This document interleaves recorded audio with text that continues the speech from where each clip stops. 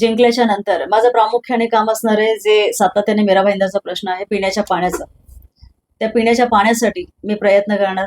दुसरं म्हणजे आपल्याकडे जे पाणी भरतं पावसामध्ये त्याच्याने जनजीवन विस्कळीत होतं, तर त्यासाठी माझा प्रयत्न नक्की असेल.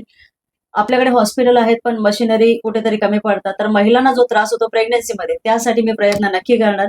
सरकारी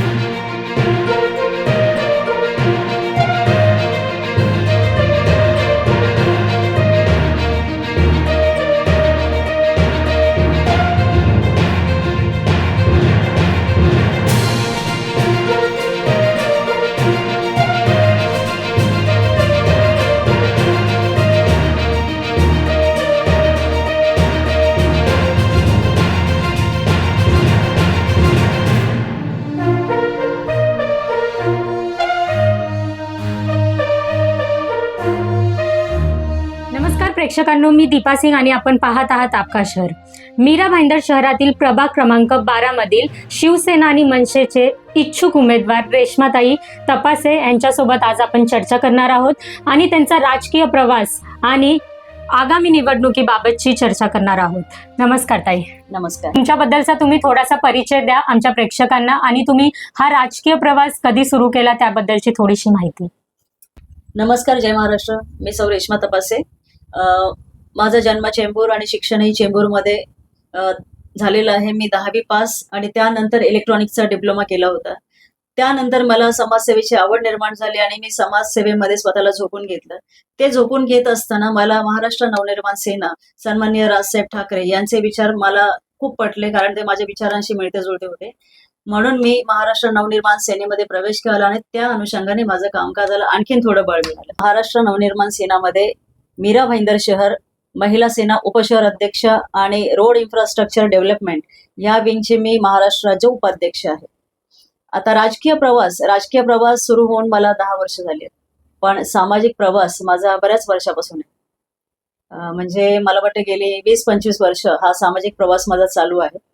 आणि ऑफिशियली राजकीय प्रवास माझा पहिला आणि शेवटचा पक्ष महाराष्ट्र नवनिर्माण सेना या पक्षातून माझी वाटचाल सुरू. विभागात प्रभाग क्रमांक 12 मध्ये कोणकोणत्या मुख्य समस्या आहेत? प्रभाग नंबर 12 या प्रभागामध्ये जेव्हा मी काही समस्या ज्या अगदी जवळून बघितलेल्या आहेत त्या म्हणजे आता पाण्याची समस्या तर संपूर्ण मीरा भाईंदर शहराला लागलेलं ग्रहण आहे, आपल्या सगळ्यांना माहिती आहे. 12 नंबर प्रभागामध्ये सेम परिस्थिती आहे. पाण्याचा प्रश्न इतका महत्वाचा आहे की पाणी घरात सुद्धा येत नाही आणि पावसामध्ये जे पाणी तुंबतं ते घरातून बाहेर सुद्धा जात नाही. इतका मोठा हा पाण्याचा प्रश्न आणि हा प्रश्न मी गेले 5-6 वर्षापासून मी स्वतः हँडल करत असते. कारण हा 12 नंबर प्रभागाचा जो महत्वाचा जो सखोल भाग आहे हा म्हणजे आपली शाखा जिथे आहे, हा Queens Park, Ramdev park, Ramnagar असे जे परिसर आहेत या परिसरामध्ये उन्हाळ्यामध्ये सुद्धा जरासं पाणी आलं की पाणी भरतं. रामदेव पार्कची परिस्थिती इतकी खराब आहे की तिकडे उन्हाळ्यामध्ये सुद्धा ग्राउंड फ्लोअरला पाणी भरलेलं असतं, कारण पाणी जायला जागाच नाहीये. इतकी भयानक परिस्थिती आहे. आणि हे काम करत असताना जेव्हा मी हे विषय घेतले तेव्हा मला परिचयात आलं की आपल्याकडे इलेक्शन येतं, नगरसेवक निवडून येतात, पण ते नगरसेवक जेव्हा निवडून येतात त्यानंतर पुढच्या 5 वर्षापर्यंत त्यांचा नागरिकांशी संपर्कच नसतो आणि नागरिकांच्या समस्या जाणून घेण्यामध्ये कोणालाही रस नसतो. फक्त पालिकेत जाणं, मी आता कोणाची नावं घेत नाही, पण काय तिथे टेंडर निघतायत, काय निघतायत, कुठल्या रस्त्याची कामं, फक्त रस्त्यांची कामं. तुम्ही संपूर्ण मीरा भाईंदर काय संपूर्ण महाराष्ट्रामध्ये फक्त रस्त्यांची कामं होताना दिसतात. रस्त्यांची कामं व्हावी, पण विकास फक्त एवढाच आहे का हा मला प्रश्न विचारायचा. आपल्या ज्या मूलभूत गरजा असतात, आपण ज्यासाठी टॅक्स भरतो, आपण लाखो रुपये कमवून जेव्हा आपण मीरा भाईंदर शहरामध्ये एखादं घर घेतो, सगळे मिडल क्लास फॅमिली आहेत जे मीरा भाईंदरमध्ये राहतात. तर त्यावेळेला आपल्या मूलभूत गरजा म्हणजे काय? आपल्या घरामध्ये पाणी येणं, आपल्या शहरामध्ये कचरा नसणं, आपल्या शहरामध्ये नाले सफाई होणं, आपल्या शहरामध्ये ड्रेनेज वॉटर सिस्टम अजून झालेली नाहीये, फक्त पाईपलाईन टाकायचं काम चाललेलं आहे. सेम सूर्या धरणाचं फक्त पाईपलाईन टाकायचं काम चालू आहे. मला वाटते 4 ते 5 इलेक्शन झालेत फक्त पाण्याच्या मुद्द्यावरती की मीरा भाईंदरला 24 तास पाणी येणार. मग आलं का हे पाणी? हा प्रश्न विचारायचा आहे मला. जे सत्ताधारी आहे, जे सत्तेत बसलेले आहेत, त्यांनी लोकांना पैशांचं आमिष दाखवून साड्या, कुकर, डिनर इथपर्यंत वाटले गेलेले आहेत आणि हे आमिष दाखवून 24 तास पाण्याचं आमिष आजही दिलं जाते. या पाण्याच्या मुद्द्यावरती मी प्रामुख्याने म्हणेन 2021 मध्ये जेव्हा 72 तासानंतर पाणी येत होतं गणपती नवरात्रीमध्ये 10 दिवसात 2 ते 3 वेळा फक्त पाणी आलं होतं आणि त्यावेळेला मी पाण्याच्या मुद्द्यावरती 2021 मध्ये आमरण उपोषण पुकारलं होतं आपल्या गोल्डन एज सर्कलला. ते 4 दिवसांचं उपोषण होतं. त्यानंतर मग महानगरपालिकेकडनं काही घडामोडी घडल्या. जसं पहिल्यांदा आपल्या महानगरपालिकेमध्ये जे ग्रामपंचायतच्या वेळेला जे पाईपलाईन टाकलेल्या होत्या त्या गंजलेल्या होत्या, सडलेल्या होत्या, त्या पहिल्यांदा 2021 आपल्या उपोषणानंतर ही पाईपलाईन चेंज केली गेली आणि हे डॉक्युमेंटेड बोलते मी, कारण तिथे जाऊन मला अधिकाऱ्याने बोलून त्याची पाहणी करायला सुद्धा मला तिथे बोलवलं होतं की मॅडम तुम्ही ज्या मुद्द्यावरती उपोषण केलं होतं हे पहिला टप्पा आम्ही क्रॉस करतोय. माझा दुसरा मुद्दा होता पाण्याच्या विषयावरती की आपण सूर्या प्रकल्पाची वाट बघतोय, त्यापेक्षा आपल्याला चेना नदी आहे आपल्याजवळ आणि नॅशनल पार्कचं पाणी आपल्याकडे खूप असतं, खूप येतं आणि ते नाल्याच्या माध्यमातून वाहतं. तर त्या पाण्यावरती टेक्निकली अभ्यास करून आपल्या मीरा भाईंदरमध्ये स्वतःचा डॅम उभा राहू शकतो जर त्याच्यामध्ये चांगले शिकलेले आर्किटेक्ट, इंजिनियर, टेक्निशियन जर या विषयावरती जर काम करतील तर मीरा भाईंदरला दुसरीकडे पाणी मागण्याची गरज नाही लागणार. पण त्या मुद्द्यावरती त्यांनी काहीच काम नाही केलं. पण सूर्या प्रकल्पावरतीच ते आजही अवलंबून आहेत, कारण तुम्हाला माहितीये चेना गावचा जो परिसर आहे मोठ्या मोठ्या नेत्यांनी तो हडप केलाय. हा विषय मी घेतलेला आहे गेल्या एप्रिल महिन्यापासून. त्याच्यामुळे हा चेना नदीचा विषयच आपल्याकडे होणार नाही. पण जे पाण्याच्या पाईपलाईनचं काम चाललेलं आहे आज, तो जो कॉन्ट्रॅक्टर आहे, जो ठेकेदार आहे, ईगल कंपनी, फक्त पाईपलाईन टाकले जातात. त्याच्याकडे इतका पण पैसा नाहीये की ते टाकलेले पाईपलाईन त्या रस्त्याचं जे खोदकाम झालेलं आहे त्याला पुन्हा डांबरीकरण करणं किंवा त्याच्यावरती सिमेंट टाकणं. जिथे जिथे काम झालं आजही तुम्ही बघा रस्त्याच्या बाजूला ते खडी पडलेली आहे. मग आपण टॅक्स कशासाठी भरतो? जर विकास तुम्ही दाखवताय ना, आम्हाला तुमचं अन्न नकोय, आम्हाला तुमच्याकडनं कपडे नकोत, आम्हाला काय हवंय, आम्हाला पाहिजे शहरामध्ये आमच्या घरामध्ये पाणी पाहिजे, आमचं शहर हे कचरामुक्त पाहिजे. कारण मागच्या वेळेस दिल्लीमध्ये आपल्या महानगरपालिकेला स्वच्छतेमध्ये पहिला क्रमांक भेटलेला आहे. आता तुम्ही पत्रकार बांधव, तुम्हाला माहिती की स्वच्छता आपल्या मीरा भाईंदरमध्ये खरंच आहे का? कारण बऱ्याच ठिकाणी मी स्वतः पालिकेच्या मागे लागून कचरा उचलायला भाग पडलेला आहे. पडलेला कचरा, कारण त्यांच्याकडे कचऱ्याचं नियोजन नाहीये हे आपल्यालाही माहिती आहे. जेव्हा आपण ओतन डम्पिंग ग्राउंडला जातो तेव्हा कचऱ्याची खरी विल्हेवाट कशी लावली जाते ते आपण पाहतो. ओला कचरा, सुका कचरा सगळीकडे हे चालू आहे, पण आपल्याकडे त्याचं नियोजन आहे का? तर नाही. कचऱ्याच्या गाड्या आपल्याकडे किती आहेत ओला कचरा नेण्यासाठी, सुका कचरा नेण्यासाठी. एकदा एक गाडी येऊन गेली की सोसायट्यांमध्ये, माझ्याही सोसायटीमध्ये 2-2 दिवस ओला कचरा तसाच पडलेला असतो.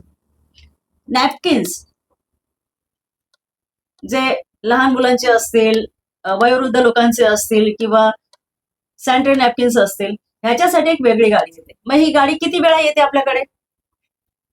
ती आठवड्यातून एकदा येते. मग इतके दिवस हा कचरा सोसायटीच्या आवारामध्ये डस्टबिनमध्ये तसाच पडलेला असतो. हे आपल्याकडे महानगरपालिकेचं नियोजन आहे. मग आपण टॅक्स कशासाठी भरतो? तुमच्याकडे का ह्या गोष्टीचं नियोजन नाहीये? हा प्रश्न कोण विचारणार? आपल्याला मनोरंजन देतात. आता बाळासाहेब ठाकरे मैदानामध्ये 4 दिवसाचा इव्हेंट झाला, कल्चरल इव्हेंट. त्याच्या आधीही कोणता ना कोणता महोत्सव होतो, नवरात्री भरवतात, गणपत्यांना मोठमोठे डोनेशन्स देतात. ठीक आहे, द्या, तुमच्याकडे पैसा आहे, पण याच्याने शहराचा विकास होतो का? जनतेने हा प्रश्न विचारला पाहिजे की का आमच्याकडे कचऱ्याच्या गाड्या येत नाही, का आमच्या सोसायटीच्या आवारामध्ये हा कचरा 4-4, 5-5 दिवस पडलेला असतो. आज रामदेव पार्कची जर परिस्थिती तुम्ही आतून बघाल, कारण तिथला विषय मी 2021 पासून हाताळते. मी स्वतः तिकडे कचरा उचलायला भाग पडलेले. आजही फक्त आपण फोन केला की कचरा उचलला जातो, नाहीतर तिकडे असाच कचरा पडलेला असतो. ना झाडूवाला झाडू मारायला जात रोज. म्हणजे अशा परिस्थिती, खराब परिस्थिती आहे. झाडांच्या फांद्या पडलेल्या ठिकाणीच पडलेल्या असतात. मग हे काम कोणाचं आहे? हे नगरसेवकाचं काम आहे ना. पण नगरसेवक जर प्रभागात फिरतच नाहीये तर नगरसेवकाला कसली माहिती पडणार आहे? आणि सर्वसामान्य लोक, कारण एकदा नगरसेवक निवडून गेले की तो माणूस VIP बनतो, कोणीही असेल नगरसेवक. मग सर्वसामान्य जनतेला त्यांना फोन करायला पण भीती वाटते. अरे आता ह्या वेळेला मी कसा फोन करणार? ते डिस्टर्ब होतील किंवा वेळ घेऊन भेटायला लागतं. मला हे म्हणायचं की वेळ का घ्यावी लागते? हे जे सर्वसामान्य जनतेचे जे प्रश्न आहेत ना, रोजगार नाहीये, फेरीवाल्यांचा इतका महत्वाचा विषय आपल्या मीरा भाईंदर शहरामध्ये आहे. कोण कुठून येत आहे आपल्या पालिकेला माहिती आहे का? किती फेरीवाले मीरा भाईंदरच्या बाहेरून येतात. मग आम्ही टॅक्स कोणासाठी भरतोय? आम्हाला चांगले रस्ते पाहिजेत, आम्हाला मोकळे रस्ते पाहिजेत, आम्हाला स्वच्छ रस्ते पाहिजेत, आम्हाला डांबराचा रस्ता असेल तरी चालेल, पण तो चांगल्या अवस्थेत पाहिजे. ते बनवणं म्हणजेच विकास आहे का हा प्रश्न. आता आपल्याकडे राजीव गांधी हॉस्पिटल आहे जिथे महिला डिलिव्हरी होतात, प्रेग्नेंट महिलांसाठी आहेत, गरोदर महिलांसाठी. ते एकच हॉस्पिटल आहे आपल्या मीरा भाईंदरमध्ये. पण त्या हॉस्पिटलमध्ये बऱ्याच वेळा एक परिस्थिती येते की जेवढ्या गरोदर महिला तिकडे 9व्या महिन्यामध्ये जातात त्यावेळेला त्यांना हे सांगितलं जातं की अमुक अमुक मशीन आमच्याकडे नाहीये, त्यामुळे तुम्ही वाडिया किंवा नायरला जा. मग त्या बाळंतपणाच्या पेनमध्ये त्या महिलांना इथून नायर हॉस्पिटल पर्यंतचा प्रवास क्रॉस करावा लागतो. बरं, बच्चू जो आहे तो क्रिटिकल कंडिशन मध्ये असेल तर यांच्याकडे फक्त काचेची पेटी आहे आपल्या टेंबामध्ये, पण त्या बाळाला आवश्यक असलेल्या सामग्री नाहीयेत, वस्तू नाहीयेत. मग त्यासाठी सुद्धा बच्चू कुठे? नायर हॉस्पिटलला किंवा वाडिया हॉस्पिटलला. मग आम्ही हा जो टॅक्स भरतो, पुन्हा तोच प्रश्न. आपले जे हे नेते मंडळ आहेत किंवा आपली महानगरपालिका फक्त रस्ते बनवणं म्हणजेच विकास आहे का? पुन्हा तोच प्रश्न विचारेन. मग आपल्याला हे हॉस्पिटलमध्ये सगळ्या वस्तू नको आहेत का? जर पालिकेला माहिती इकडे गरोदर महिला बाळंतपणासाठी येतात तर तिथे आवश्यक अशा गोष्टी तिथे असायला पाहिजेत. हा प्रश्न कोण विचारणार? या निवडणुकीमध्ये तुम्ही यशस्वी झालात तर तुमचं पहिलं कार्य तुम्ही काय करणार? मी जिंकल्याच्या नंतर माझं प्रामुख्याने काम असणार आहे जे सातत्याने मीरा भाईंदरचा प्रश्न आहे पिण्याच्या पाण्याचा. त्या पिण्याच्या पाण्यासाठी मी प्रयत्न करणार.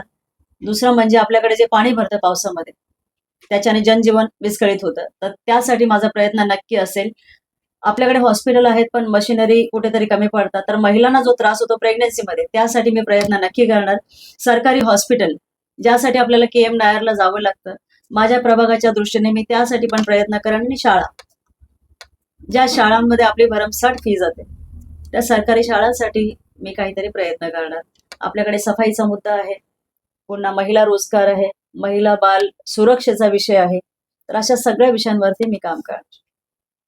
धन्यवाद रेश्माताई. आमच्या प्रेक्षकांना नक्कीच तुम्ही जे संवाद साधलाय त्यांच्यासोबत त्यांच्यापर्यंत तुमच्या भावना पोहोचल्या असतील आणि आमच्या अक्का शहरकडून पण तुम्हाला खूप खूप शुभेच्छा.